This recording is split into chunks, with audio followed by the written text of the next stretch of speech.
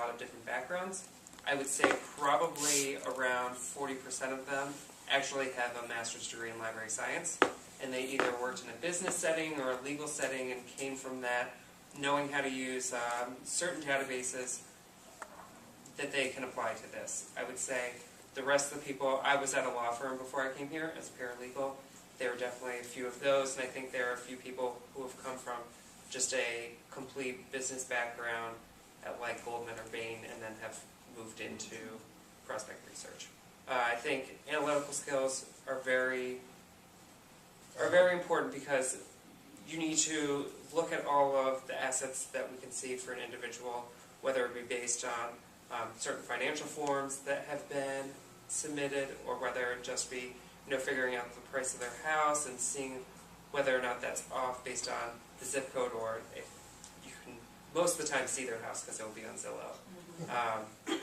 And just other things. So I think balancing all of that and saying, I don't think I'm getting the complete picture, or I think I am. I think that takes some analytical skills. And writing, I'm sure, too. Yep, and then you writing the bios and presenting it to the fundraiser in sometimes an eloquent way, I think is important. And one thing that we also do that I didn't mention is we also do due diligence on people. So if they are saying, okay, we want to donate $10 million to do, a center on domestic abuse, but it turns out that they've been in the newspaper for domestic abuse, then you don't necessarily want to take their money.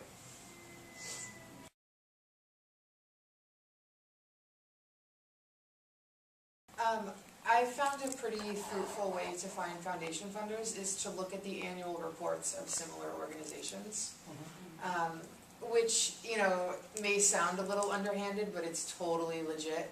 And it's a good way to find out what the funder is interested in. And I do that with a lot of Zoomix's sister organizations, and I feel like the thought in the sector is that if a foundation can support one of us, they can support both of us. And so I also find that people are generally open to talking about it and giving advice with funders as well. But I've pretty much stopped using things like the Foundation Center because I've just had better luck with annual reports.